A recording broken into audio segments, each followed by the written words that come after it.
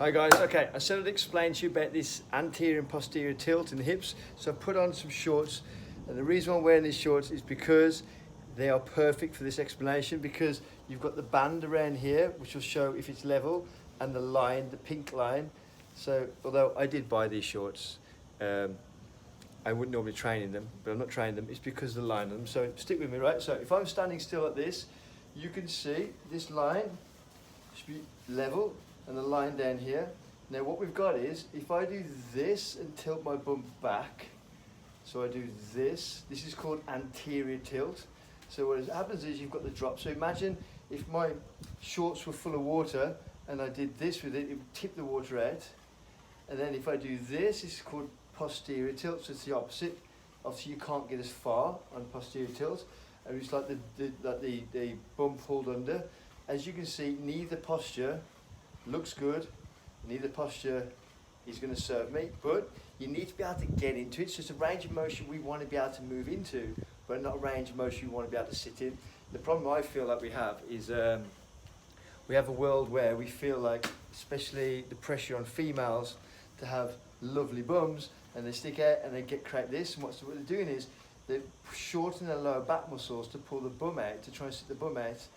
And it's obviously creating an anterior tilt, which is creating back problems because it's just too heavy on the back. But that's not what we're talking about today. So I want you to, an exercise you can do, you pull and relax, pull and relax. It's not drop and lift, so it's not this is not anything to do with it. This is why I talk about these handlebars. So the handlebars, you pull them through, roll. So I don't know if you can see that, if I come closer, you pull through and roll. Having control over your pelvis, I feel, is essential to health in your pelvis.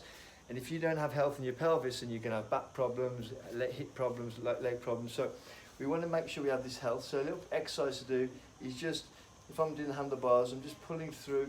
And you'll notice when I pull through, what do you notice? When I pull into posterior tilt, the abdominals switch on, because I'm bringing the hip closer to the rib cage here. When I pull into anterior tilt, the lower back switches on. So it's an exercise in itself. It's an exercise you can do on the floor, pelvic tilt and all that. So what I want to focus on is from this lunge position here. So if I'm in a lunge position, I can still get this anterior and posterior tilt. So move my hands out of the way. You've got the thrust through and the back, right? So you get that motion there. Now what we find is a lot of people will drop in this position here. Now guys, in this position, I may be leant over, but in correlation to where my shoulders are, my hips are still in a neutral position. So neutral position would be where I want to stand. So I have anterior tilt naturally. I'm trying to always pull through. So when I'm in this position here and I'm leaning over, you can see from my shoulder, so I'm in that, where we call it the sprinter lunge position, I'm still actually in a neutral position with my pelvis. But if I pull through, I have posterior pull through and anterior pull back. What we want to do is, again, I want to be able to move from this range of motion from my sprinter lunge position, so you can feel this. And the reason is because if I want to sprint, that pelvis will roll as you sprint. So if I don't want to run out of camera, but as I go here, I want to be able to push through that quad. And to be able to push through that quad, my hips are going to come through and then push, and then I go into that anterior tilt to be able to push through. Obviously that's getting a bit more complicated. I'm not saying you want to be a sprinter, but this is why I work this motion here. We want to be able to be in this position, but we want to maintain, see if we can get to that neutral position. Now a lot of people will be, naturally, they'll drop into a lunge, and they'll lean forwards, and then they'll think they're going to create a neutral spine or neutral pelvis, and they'll pull the shoulders back. And you can quite clearly see, because of my waistband, hence again the reason why I'm wearing these shorts, is that I'm still very much not in a neutral position, my hips, because I'm leant forwards. So I've got this posterior tilt going on. Anterior tilt, getting mixed up. Anterior tilt going on because my back's raised up here. So what I want to try and do is I want to pull the hips through, and you can see the major difference. So if I'm here, I pull the hips through and then I straighten my back up. Now some people say change legs, you'll find if I do this, as I pull through, there'll be a restriction, and people will get a blocker because they'll be so tight in the hip flexors here, so they won't be able to pull the hips through. And so what they'll do is, because they can't pull the hips through this way, they'll bring them back. And because a lot of people struggle with thoracic extension here, all the work will go into the middle back, bang. See that? Because I haven't got the flexibility here and haven't got the flexibility here or here, the middle back takes it all on, which isn't great. Obviously you do want flexibility in middle back, but you end up creating tension. The rib cage comes out, you get this motion here. So what we want to practice is pulling through and sitting.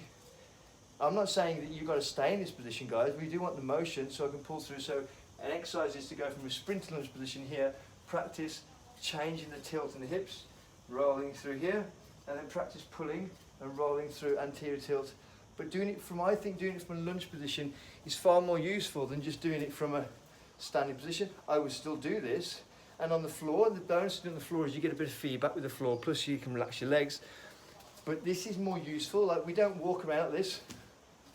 We walk around like this, and when we exercise, we're running our legs through. So surely you want the pelvis to be healthy through this motion here, and then we can do it on our feet. So we can be in a standing sprinter position here, and I can practice my pelvis tilt, which again is very difficult because I've only got one leg on the floor. Trying to tilt your pelvis without the other leg standing is very difficult.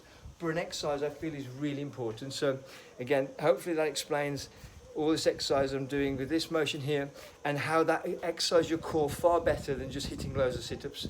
Hope that's been useful for you guys. Let me know if it has been. If you've got any questions, just fire them at me. Have a good day.